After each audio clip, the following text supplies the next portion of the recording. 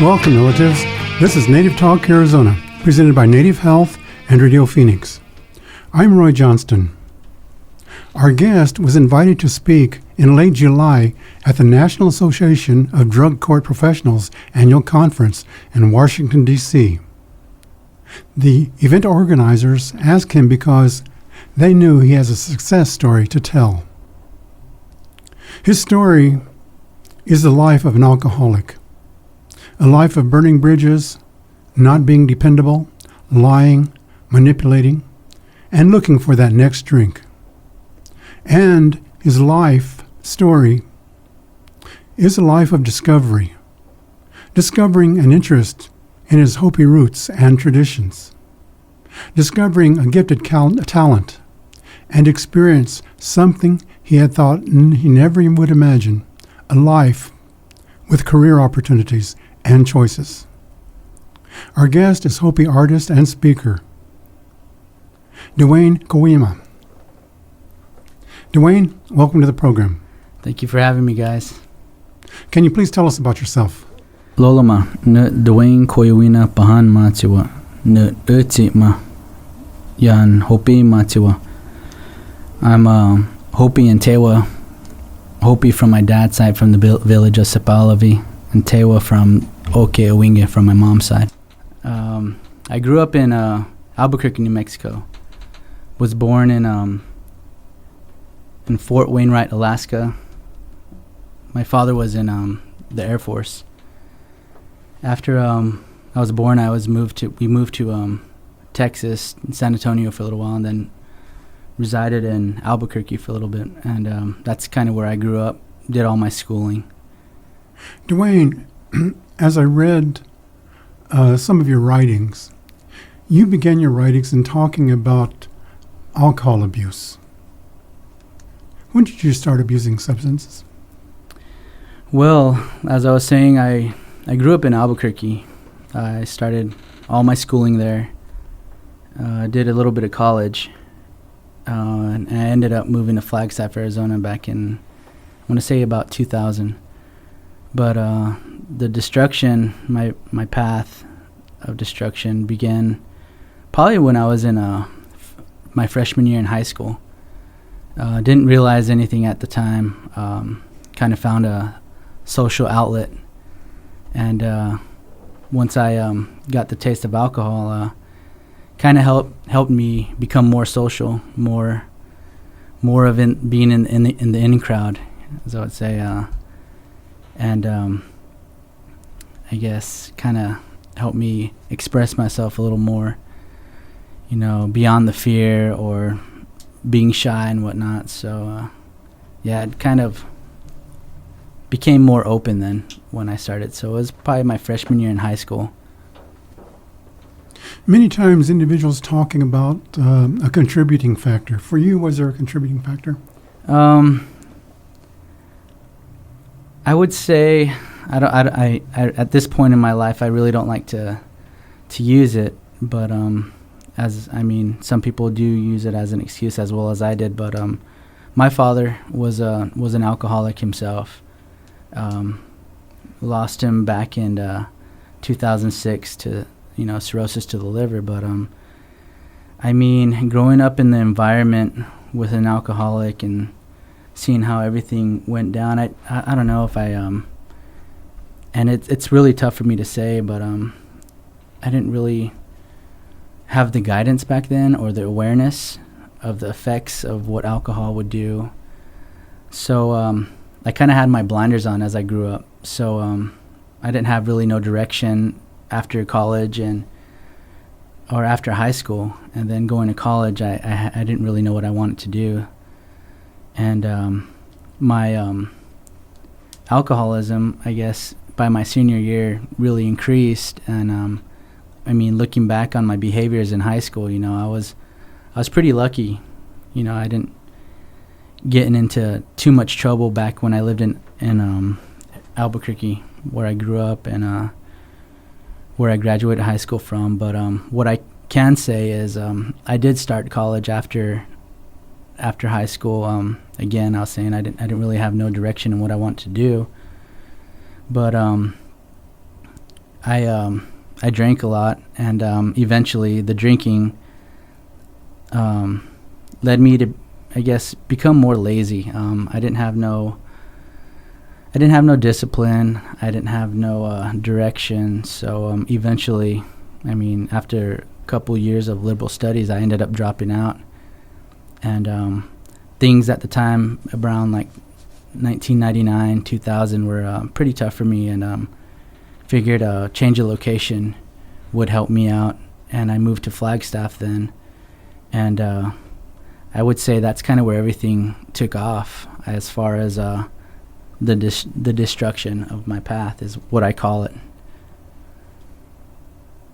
When you were into your addiction, what was your pattern of use?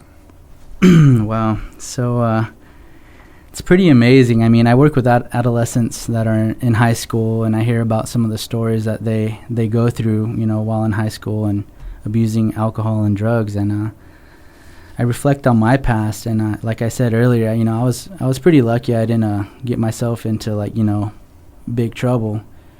But I recall, before school, before my first period, slamming a bottle of like Goldschlager or vodka just to go to school, and I thought it was fun, and didn't really see any troubles in it, and just wanting to have a good time, and ditching school in high school and going to some parties, and eventually towards the end started being I guess one of the guys that overdid it at the party, and is passing out in odd places or doing things that I was ashamed of the next morning.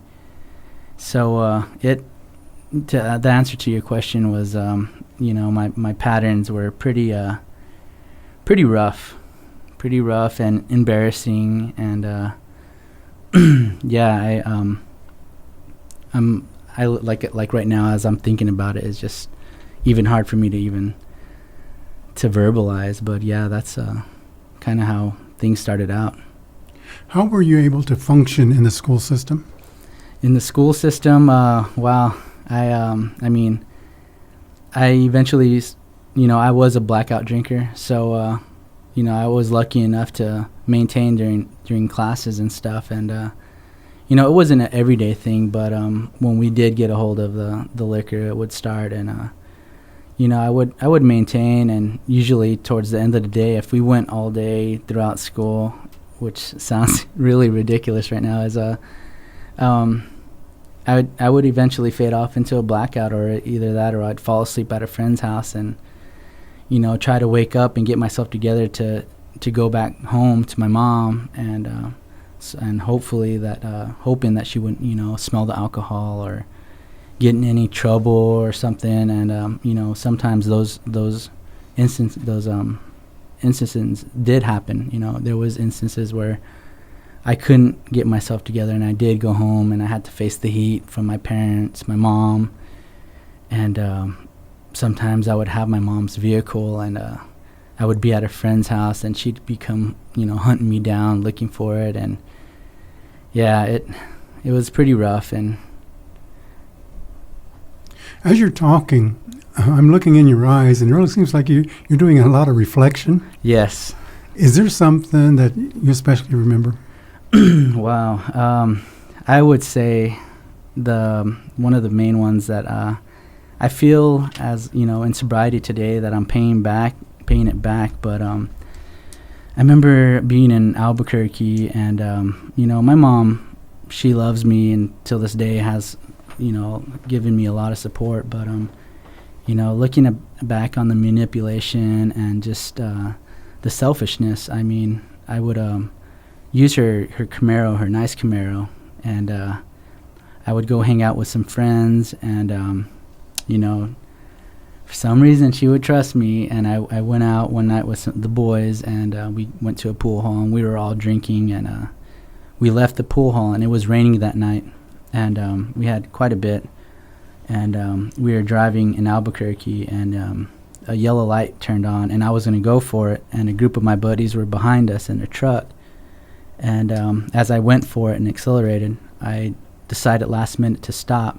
So I stopped, and it was too late for them, and it was wet, and they skidded into the back of my mom's Camaro and damaged it. And the incident happened, and I made it home. I went home. I called it a night. But the thing is, like I was saying, I was a blackout drinker. Don't recall getting home. And the way I woke up that next morning was my bedroom door flying open, and my mom just unbelievably upset and just let me have it. And it felt like the end of the world that time, and the humiliation, the guilt, everything just kicked in. And till this day, I can still see what it looks like, and I had to live with it for a while. I never was able to get it repaired. So again, I talk about the selfishness, and that's how things worked out. And that's probably one of the big ones for myself. When you talk about that story, there's still a sadness in you, isn't there? Yes, there is big time. You talked about you're a blackout drinker, and one of the things about blacking out, when you wake up the next morning, you're kind of worried about seeing other people and going outside because you don't know what you did or who's after you. Is that correct? Exactly. Like I was saying earlier, that I was ashamed. I guess shame kicks in a lot for that reason. And just looking back on the things that I would do, wow, here I am, approaching 8 years of sobriety, and I look back on a lot of incidents, and just looking at the monster I created for myself, and trying to get over these emotions, that I put myself in by the actions I took. And I can definitely see it today how difficult it is for somebody to become rehabilitated with all the shame, the guilt, the remorse, the selfishness. That's, I believe, is what one of the key components in dealing with when becoming sober. So one of the sad things about addiction is that you find yourself hurting most those you love. Yes, my family, and I lost relationships. I have had a group of friends that had to take a break from me because and as I became sober, I reunited with the ones that took that space from me, and were telling me they saw some stuff, and eventually I was able to rebuild those friendships, and things are a lot better today. We're going to take a break, and when we come back, I want to talk a bit about your road to recovery. All right. We'll be back after this short break.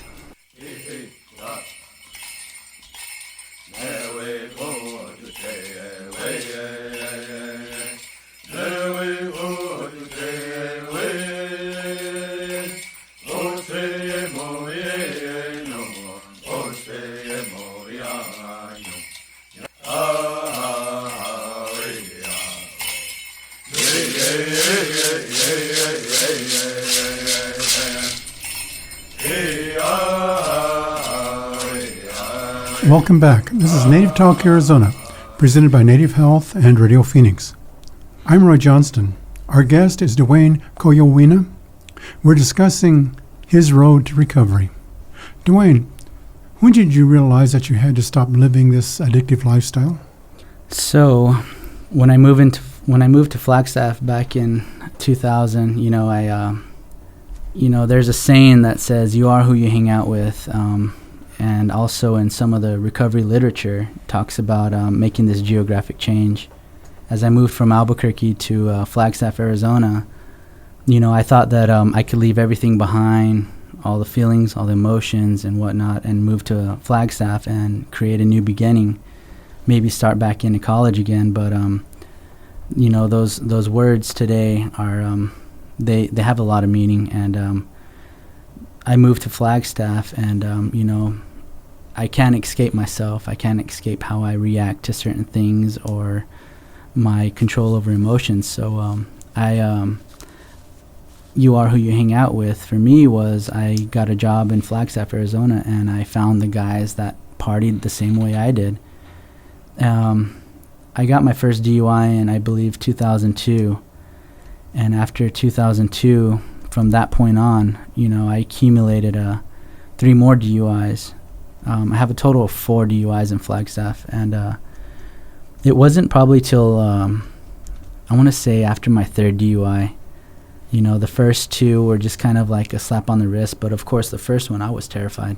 I've never been involved with the legal system. I've never been in jail. And I was terrified. And, after I realized how jail was, it was just a slap on the wrist to me. And, oh, well, big deal. I can get through this. And it's crazy to think, but I used to think, man, like, wasn't thinking about quitting drinking. But what I was thinking about is, Duane, you can do 1 DUI a year and you'll be good. And, not even thinking about, changing my life or anything. And it blows me away that those were actual thoughts in my head that, I was going to live on with. And after my 3rd DUI, I was on the Coconino County Drug Court program I got accepted into. And then I rode that program out till thin ice, on thin ice. And, I was almost, almost ready to cut me off and just send me to prison.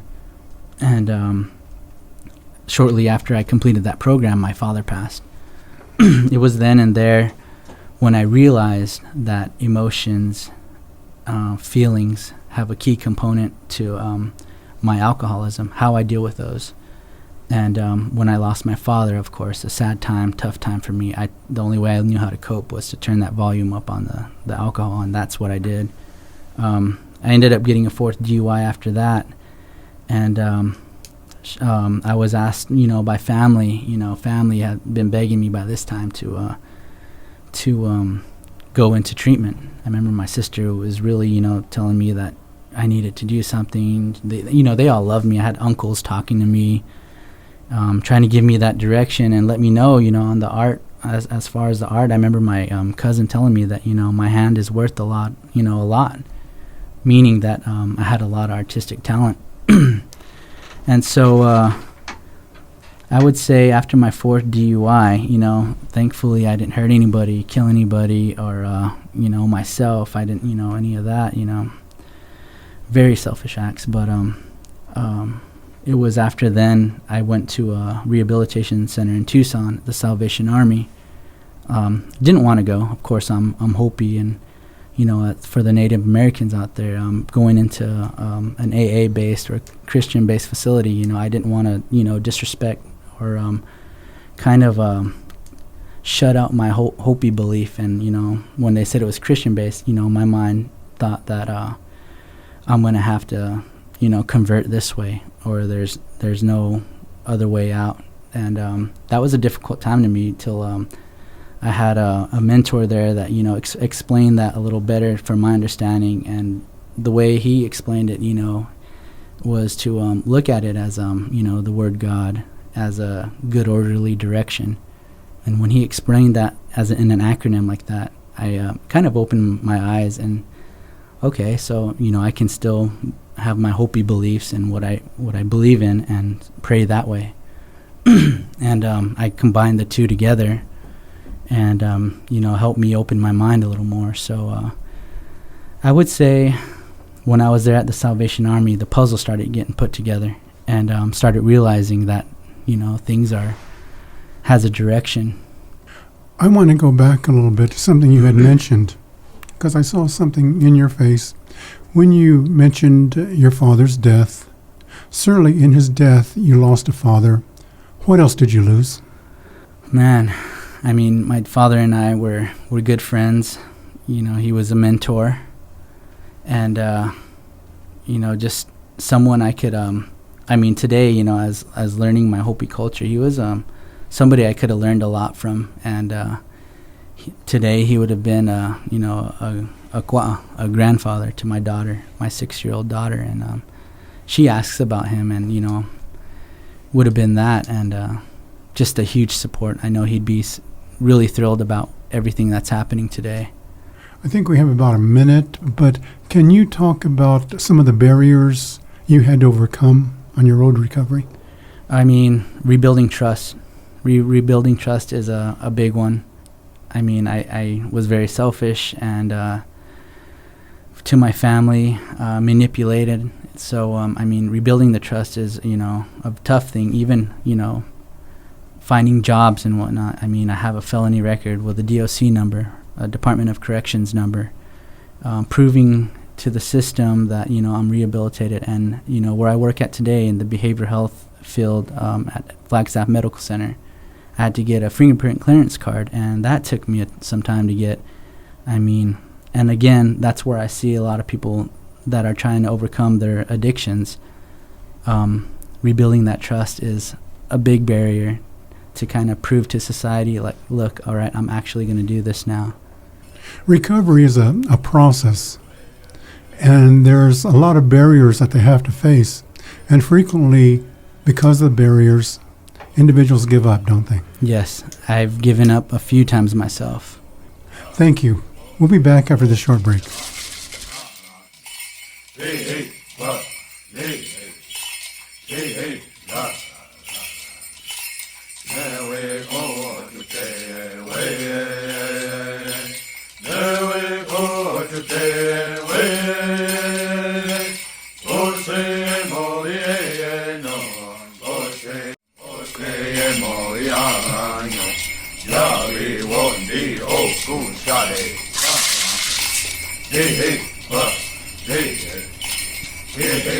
Welcome back. This is Native Talk Arizona, presented by Native Health and Radio Phoenix. I'm Roy Johnston. We're talking with Duane Koyawena and his recovery from addictive lifestyle. Duane, how did your culture influence your recovery? As I was saying in the beginning, I was born in Alaska. We moved to Texas and did a lot of my growing up in Albuquerque, New Mexico. Moved to Flagstaff in about 2000, but as far as learning culture, I mean, at the time, being in the city, I'm a city boy. I didn't really care, especially, the beginning of my addiction. I didn't really I had no desire to learn my culture. I was too occupied with city life, and, I was doing that. And it wasn't until after I, sobered up that I became more interested, and learning the story of our people, in Hopi, learning about, our creator, Masao is who we call him. A brief story about, coming into the world we live in today was given to us presented with corn, and to take care of, the earth and plant the corn and nurture it. And, as we take care of our fields, we gain discipline. We start to learn a little bit about structure and whatnot. And as I reflect on that and looking at, my sobriety and my artwork has given me a little bit of, a learning tool. I started to learn a lot through my artwork from asking, my godfather or my clan brothers questions about the culture. And, I've accumulated a lot of knowledge about, culture and the Hopi way of life. And so I would say that, learning about who we are as people, as planters, and why we do it, finding the structure and the discipline to get up and maintain a cornfield, meaning not to be lazy, not to be in a wrong mindset, because back in the day, the lifestyle that I was living, with the alcoholism and, all that stuff, wasn't a way of life back in the day. And, our direction was for something positive and something good, and for good life. And, that's what a lot of our prayers are about. And so when I finally got to the point and realized that, I looked at myself and said, man, I'm living in a bad way. When I sobered up, it was more revealing. So I was able to combine, teachings from my uncles, my clan brothers, even my friends that are out there, and my godfather. So all the ceremonies we do, aren't just to do. They're for, prayers for a good life, not for just, Hopi life. It's for this entire world that we live on and the land. So just in a everyday, day-to-day life, I watch that. I'm more aware of that when I do fall into in anger or frustration. Those are some things that I keep in the back of my mind. So it helped me discipline myself more and get me a little bit more structure on how to live life and how to be a good father. As I discovered some information on the Hopi way, I was really impressed about their worldview of this connectedness with all of creation. Mm-hmm. And each time that I think about it, it really leaves me with a comfortable, good feeling, Mm-hmm. like a blessing. There was a time when you were incarcerated. Can you talk to us about that? Yeah, there was probably a few times I was incarcerated. It was like a revolving door in the beginning. I remember a couple times getting out and like the next day or 2 days, I remember there was a time where I was right back in the same pod, same cell, and all the guys in the jail were, raising up their hands, wondering what's going on. And, I became real familiar with all the officers in the jail because of so many times I've been in there, which isn't something I'm proud of, but that's the way it was. And I guess the biggest thing I would want to reflect on that question is when I sobered up back in '08, and I was a year and a half sober, and I was sentenced to go to DOC. My mentor told me to get a hold of a guy that was in kind of the same situation before, and he told me to let him know what was going on. So I called him up and asked him, and I talked to him for a little bit, and he told me, he's like, hey, this is what I got to tell you. When you go in this time, you're a year and a half sober, so your mind is a little clearer. Pay attention. So, and then when you get out, call me and let me know. And so I did that. First time I ever got sentenced sober and to the jail, I did this. It's kind of like a ironic thing, but I went through the whole thing sober my very last time, and went into the drunk tank, got, put in a pod, and it was actually one of the pods that I've been in before. So it was kind of unbelievable, but I went through that, and I went through getting processed in Alhambra down here in Phoenix, and then I went to a DUI yard. But the thing that really stuck out to me was, in reflecting on my mentor's friend's question, was when I got out, I told him, the thing that I realized was I saw a lot of myself in the guys that didn't have no direction, or didn't have no goals, or they didn't have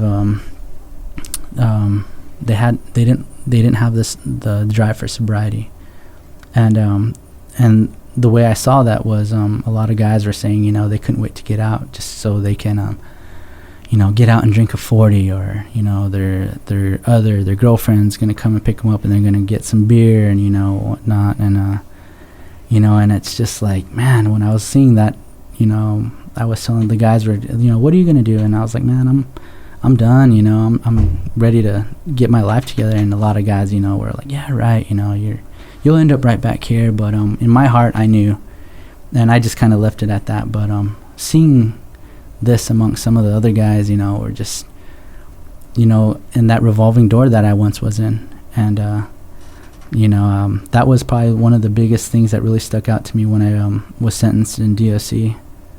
During your process of recovery, were there times when you felt like giving up? Oh, yes. In the beginning, after I got out of DOC, I had no job. I had to really humble myself because I had no place to live, so I was kind of mooching off my sister and her family, and then also at the time, my ex-girlfriend's family. I had a brand new daughter. I had a number, so it was very difficult for me to get a job. But the reason why support and building that foundation is so important, it almost seems like cliche, and in early sobriety, if you're not ready, it's just, for me, it just made me roll my eyes and say, yeah, all right, I know foundation, I know support, but I mean, in reality, it's vital. And that's what kept me strong. I mean, I had a foundation full of friends. You are who you hang out with, again, and they all wanted sobriety and they wanted to succeed in life. So, I mean, these were the people that I leaned on when I felt like giving up.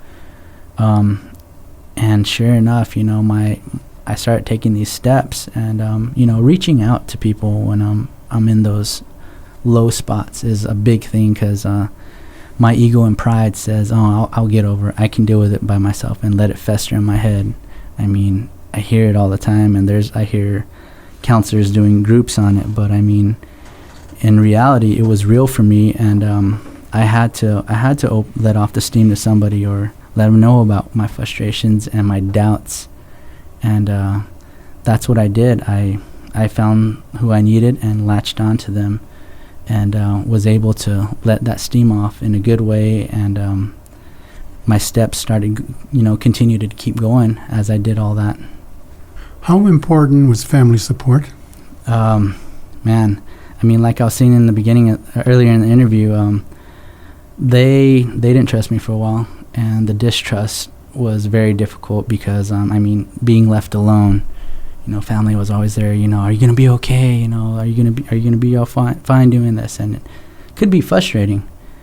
But the bigger picture, again, my alcoholic mind only was tunnel vision. I didn't realize what the big picture was and the reasons why they were making sure of this. They never gave up on me. They never turned their back on me. They were always there. Like I said, after 4 DUIs, a lot, like I remember myself saying, it's my life, don't worry about me.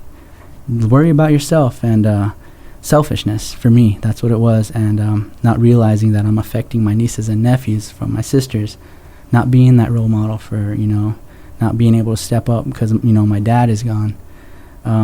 Or just putting my mom through all that frustration and stress. But they stuck by me. I'm very fortunate to have them, and they're still here today, and strong supports in everything that I'm doing, and they're very proud of me. So I love them very much.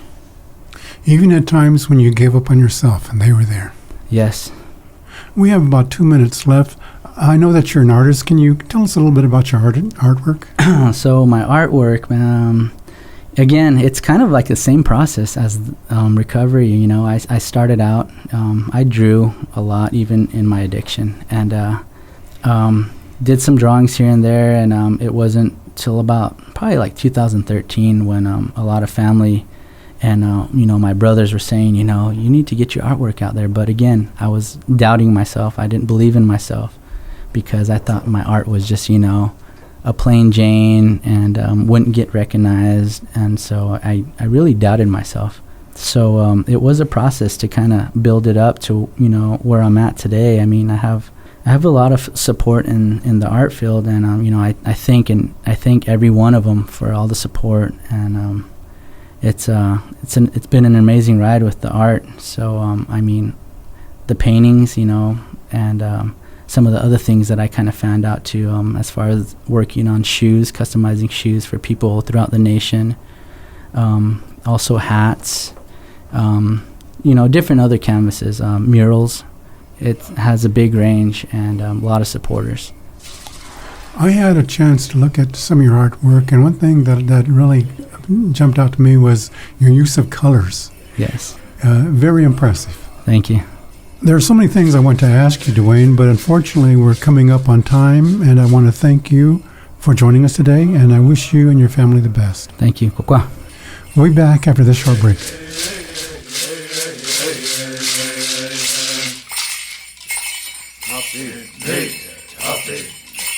Hopi Nation.